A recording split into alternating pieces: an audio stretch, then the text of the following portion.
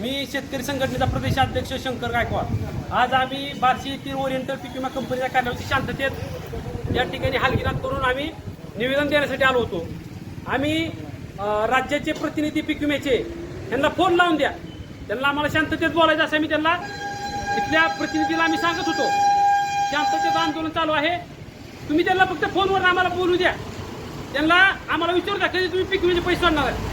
परंतु या ठिकाणी आम्हाला त्यांनी फोन लावून न दिल्यामुळं आज इथं संतप्त असलेले आमचे शेतकरी संघटनेचे कार्यकर्ते शरद भालेकर यांनी इथं या कार्याची मनस्ताप होऊन नाविलाजाने त्या ठिकाणी फोडतोड केलेली आहे। मी सरकारला सांगू इच्छितो, पीक विमा कंपनीच्या राज्याच्या प्रमुखाला सांगू इच्छितो, हरामखोरांनो तुम्ही आणखीन आमचा अंत पाहू नका। शेतकरी गरीब आहे, तुम्ही शेतकऱ्यांना लुटायचे धंदे बंद करा। तुम्ही तात्काळ शेतकऱ्यांचे पैसे मागील 2-3 वर्षापासून तुम्ही शेतकऱ्यांचे पैसे भरपूर लुटलेले आहेत, ते तात्काळ सोडा। अन्यथा संबंधित मंत्री असेल, संबंधित कुठलं कार्यालय असेल, त्या ठिकाणी शेतकरी येऊन स्वतः आत्महत्या करून मारण्यापेक्षा त्यांना मारल्याशिवाय सोडणार नाही, जेवढे शेतकरी वैतागलेले आहेत।